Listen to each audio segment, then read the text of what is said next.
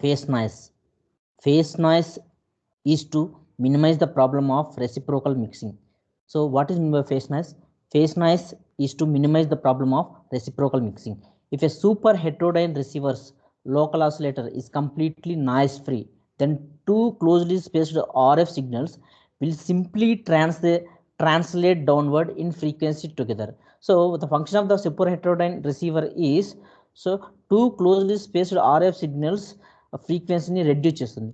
However, the LO spectrum, local oscillator spectrum, is not an impulse, and so to be realistic, we must evaluate the consequences of an impure local oscillator spectrum. In figure 1, two RF signals heterodyne with local oscillator signal to produce a pair of intermediate frequency signals. The desired RF signal is considerably weaker than the signal at an adjacent channel. Assuming that the front end filter does not have sufficient resolution to perform channel filtering, down conversion preserves the relative amplitudes of the two RF signals in translation to the IF. Because the LO spectrum is of non-zero width, the down converted RF signals also have width.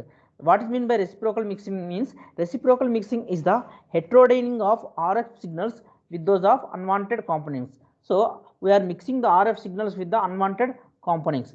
The tails of the LO spectrum act as parasitic local oscillators over a continuum of frequencies. So from the figure, you can take the desired signal, adjacent signals, combined with the local oscillator frequency signals, we get the intermediate frequency signals and the two intermediate frequency signals. One is desired and one is interferer. So as is evident from the figure, reciprocal mixing causes the undesired signal to overwhelm the desired signal in this particular case. So what is the performance of reciprocal mixing is convert the undesired signal to the desired signal. So reduction of local oscillator phase noise is essential to minimize the occurrence and severity of reciprocal mixing. General consideration. So perhaps the simplest abstraction of an oscillator that still retains some connection to the real world is a combination of lossy resonator and an energy restoration element. So the what is perfectly efficient RLC oscillator consisting of, which is a lossy resonator and energy restoration element. The latter precisely compensate for the tank loss to enable a constant amplitude oscillation. So to simplify matters, assume that the energy restorer, so noiseless energy restorer and the tank circuit. The tank resistance is therefore the only noise element. So what is the tank resistance? Tank resistance is nothing but the noise element in this model. To gain some useful design insight, first compute the signal energy stored in the tanks. So the signal energy stored in the tank is, that is, E is equal to of CV square. So mean square signal voltage V signal square is equal to E signal by C, where we have assumed a sinusoidal waveform. The total mean square noise voltage is found by integrating the resistor's thermal noise density over the noise bandwidth of the RLC resonator. So Vn square is equal to 4 kTr integral 0 to infinity z of f by r, so modulus square into df. That is, after simplification, 4 kTr into 1 by 4 rc is equal to, after the simplification we get the kt by c. Combining the equation 2 and 3, we obtain a noise to carrier ratio. That is, the reason for this upside down ratio is simply one of conversion. N by s is equal to Vn square by V signal square, that is kt by E signal, equation number 4. Sensibly enough, one therefore needs to maximize the signal levels to minimize the noise to carrier ratio. We may bring power consumption and resonator explicitly into consideration by nothing that Q can be defined generally as being proportional to energy stored divided by the energy dissipated. Q is equal to W naught into E signal by P dissipated power. So that is, N by S is equal to W naught into KT by quality factor into power dissipated.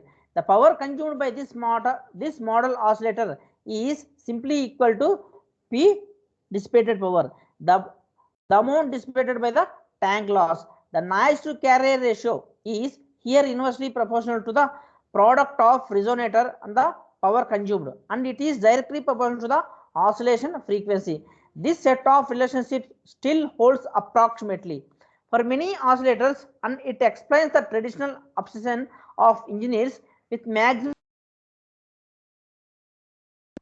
For example, other important design criteria coupling the foregoing additional knowledge.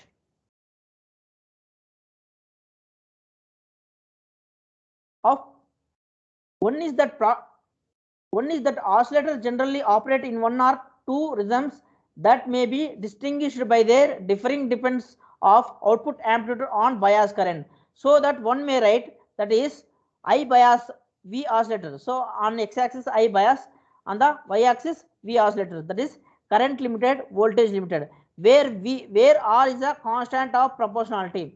So V signal power is equal to I bias. So I bias into R. This constant in turn is proportional to the equivalent parallel tank resistance, so that V signal directly proportional to the I bias into R tank circuit, implying that the carrier power may be expressed as signal power is equal directly proportional to the bias I bias square into R tank. The mean square noise voltage has already been computed in terms of the tank capacitance as Vn square is equal to Kt by C. But it may also be expressed in terms of the tank inductance. Vn square is equal to Kt by C, that is equal to Kt by 1 by omega naught square into L. So Kt into omega naught square into L.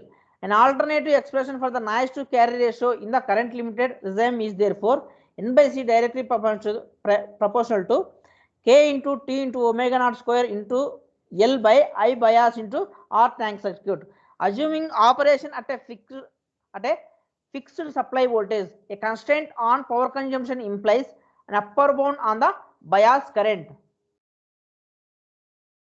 So next, GSM architecture.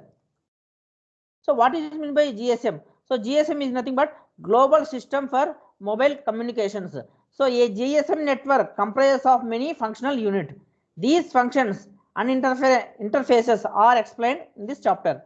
So the GSM network can be broadly divided into MS mobile station, BSS base station subsystem, NSS networking switching subsystem, and OSS operation support subsystem.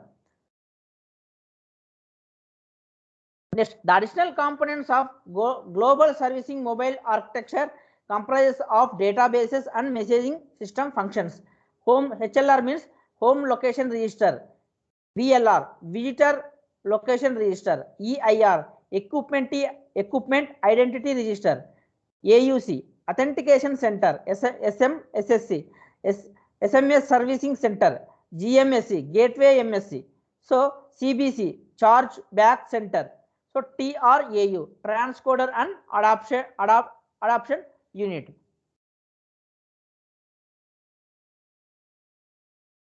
The MS and BSS, so the mobile station and then BSS communicate across the interface. It is also known as the air interface or the radio link. So base station service communicates with the network service switching center across the interface. GSM network areas.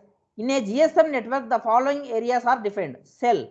So cell is the basic service area. So one BTS covers one cell. BTS means base transceiver station. So each cell is given a cell global identity. So CGI, a number that uniquely identifies the cell.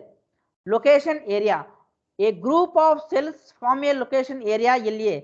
This is the area that is paged when a subscriber gets an incoming call. Each local area is assigned a location area identity LAI. Each LA is served by one or more BSC. So MSC or VLR service area. The area covered by one MSC is called the MSC or VLR service area. PLMN. So the area covered by one network operator is called the public LAN mobile network. So this is the full form of public LAN mobile network. A PLMN can contain one or more MSCs.